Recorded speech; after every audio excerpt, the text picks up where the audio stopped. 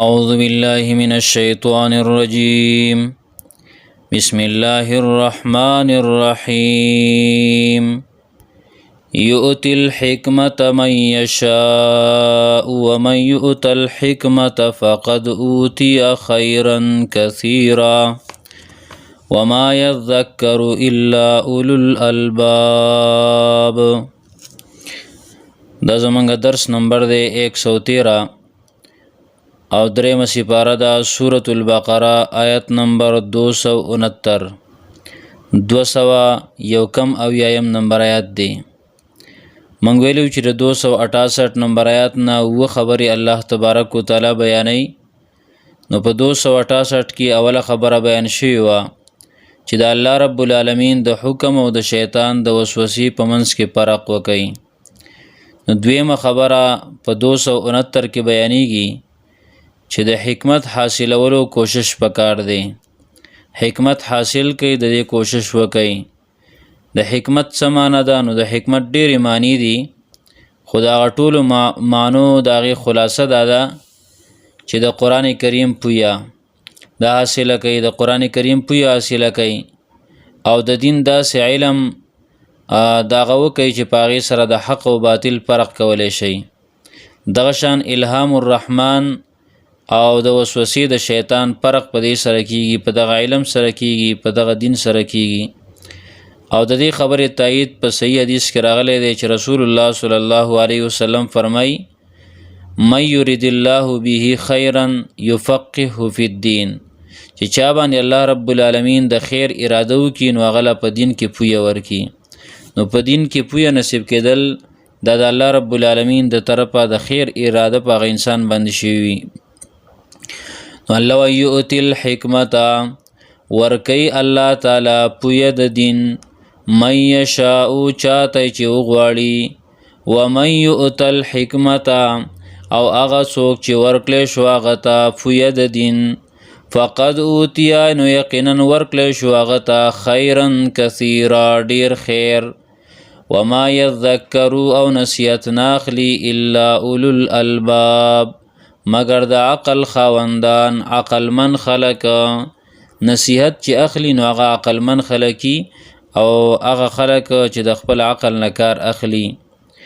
بیا ورپسې آیات کې الله تبارک وتعالی درېمه خبره بیان کړله چې صدقه ورکول په غیر معین طریقې سره، یعنی صدقه دې ته ویل کېږي چې یو انسان هغه څه ونه مني بلکې بس هغه ټیم کې چې څه د وسه نو هغه وکړي، او که په معین طریقې سره نو هغې ته بیا نظر وایي. منښت ورته ویلی کېږي، نظر ورته وایي. او د ظالمانو نه مراد دلته دا دي چې بې ځایه خرچ کوي، یا د ظالمانو نه مراد دا دي چې د غیر الله په نوم باندې نظر کوي.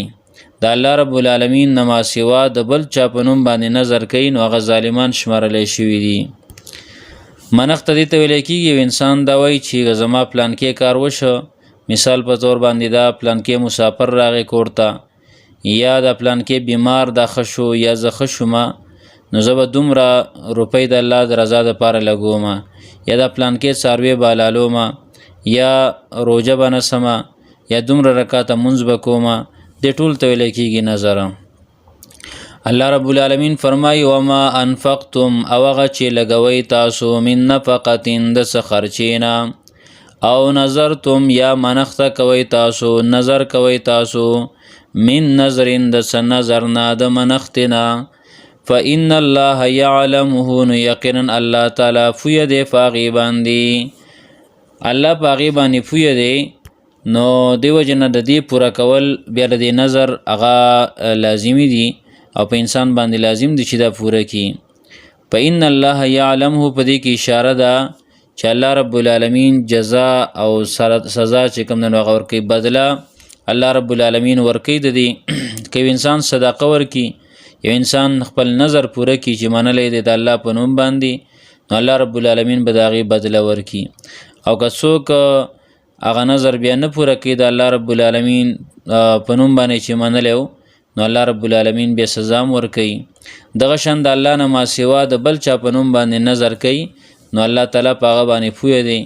وما للظالمین من انصار او نشتره د ظالمانو د پاره څوک مددگار د ظالمانو څوک مدد کوونکی نشتره مددگار نشتره ان تبدو الصدقات فنعم ما هي دا اوس بل آیات دی او په دې آیات کې څلورمه خبره ده یعنی طریقه د ورکولو د صدقې ښکارا ورکولم صحیح دي پټ ورکولم صحیح دي او داغي صحیح مصرف هغه بیان شوی دی او دو پیدې ذکر شوی دي د ښکارا صدقې ورکولو او د پټ صدقې ورکولو الله رب العالمین فرمای ان تبدو الصدقات کچر تخکارا ورکوي تاسو صدقې او خیراتونه فنعم ما هي نو خبره ده و ان تخفوها او کچر ته پټ ورکوي تاسو دی لرا وتؤتوها الفقراء او ورکوي دی لرا غریبانانو ته فهو خیر لكم نو دا ډیر غوړه د تاسو د پاره